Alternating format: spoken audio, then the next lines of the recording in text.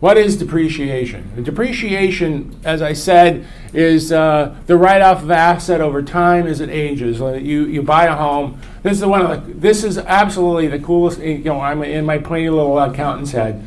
This is the coolest thing I know of. That you get, especially here in the Bay Area, you have an opportunity to have an asset that's been appreciating, going up in value for quite some time here. The past couple of years, there's been some serious appreciation in this neighborhood. And the neat thing is that the IRS rules think that the value of your property is actually going down, and that you need a tax write-off to reflect that the value of your property is actually going down. Because that's true of an automobile. Automobiles don't appreciate; they depreciate, and you can get that. What happens to your car over time is basically what they're saying happens to a house over time. You keep it in good repair, you're going to have more repairs on a 100-year-old house than you do on a 5-year-old house. Of course you are. So there's but we're writing off the cost of repairing it, that sort of thing. We're recovering those costs anyway to keep the house up, but we get this thing called depreciation. We get to write off this piece of property over time. And my rule of thumb is that you start with your land. The value of the land is never going to go down. It doesn't depreciate. Other than a hillside on in a 200-inch a year rainfall sort of thing, where the whole place is literally eroding away. Here in the Bay Area, the land never goes down in price. It doesn't depreciate it. You can always knock down what's on it and put up something new. So that you don't get any depreciation on your land.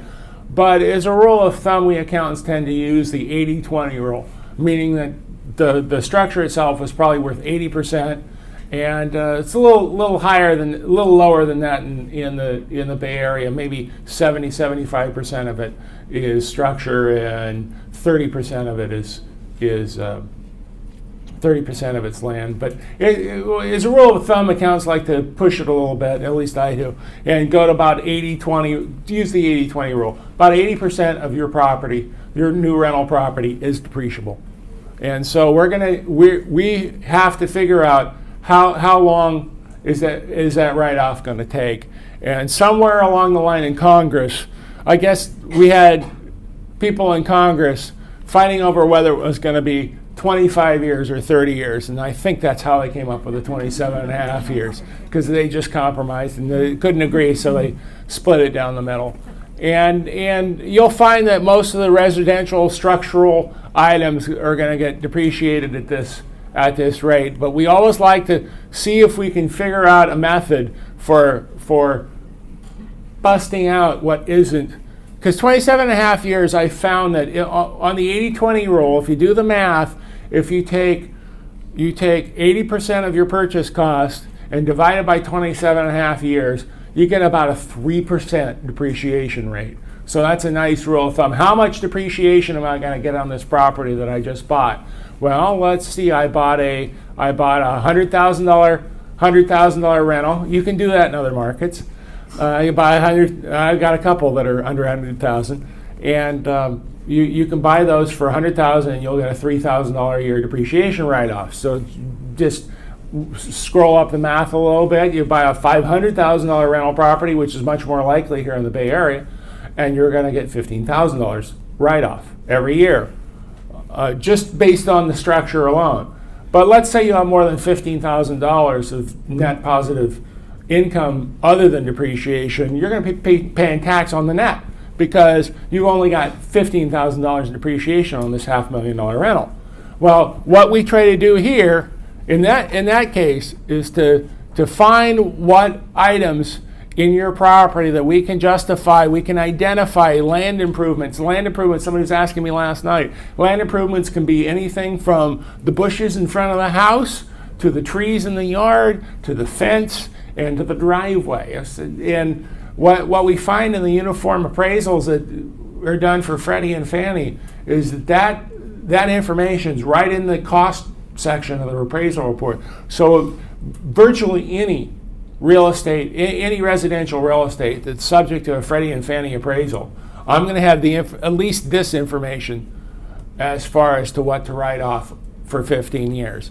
And a lot of residential appraisers, depends upon the appraisers, go into more detail. And we often find appliances, window air conditioners and whatnot separately listed and itemized in the appraisal report, and we try to pull those out of the appraisal. The second thing we're allowed to do, and this is fairly recent, and that I've just started to do, is I've been asking realtors to appraise, if you will. The new rule says by any reasonable means, and I figure anything reasonable is somebody with more experience than the IRS auditor. Okay, and that includes me, but they'll never accept me as the estimator. So I will have you get, if we're really trying to boost your depreciation because you're paying taxes on your rental income, and we really do want to boost your depreciation, we'll ask your agent to write a letter saying that, oh, I think the appliances are a good, $2,000, and we'll bump up your depreciation because we get to write these off over faster over 15 years because these depreciation items get front loaded and we can get the write-offs earlier. And so who wants to pay taxes later versus now? Okay, I think. So we're always trying to bump up the depreciation in the early years to try to get the best tax benefit. And what's really neat about this is that between the two of us, we get to figure it out. Nobody can tell us we can go for these or not go for these as we see fit. And so everybody's situation is different. You might not need the letter from the realtor. You might want the realtor to be as aggressive as possible. But we have that option. That's a discussion that we get to have. And the one thing you need to know about depreciation is when you take it, we have what's called recapture, which means once you take this depreciation on your real estate, we have what's called your basis. My basis is what I bought this rental for. That's what it starts for. How much did that rental cost? That's where we start. And every year you take depreciation, it drops the basis of your property. So let's say you bought a $500,000 rental in San Mateo, and you've owned it for a few years. And over the years, you've taken $100,000 worth of depreciation.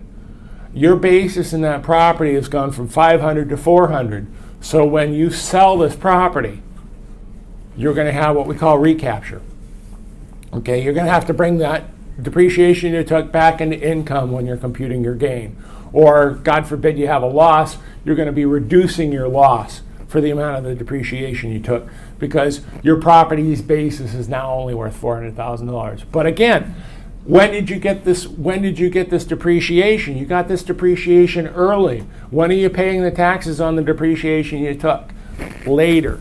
Okay? That's the game of depreciation. And if you do a 1031 exchange, which we're going to have some folks talk to about later, that recapture never happens.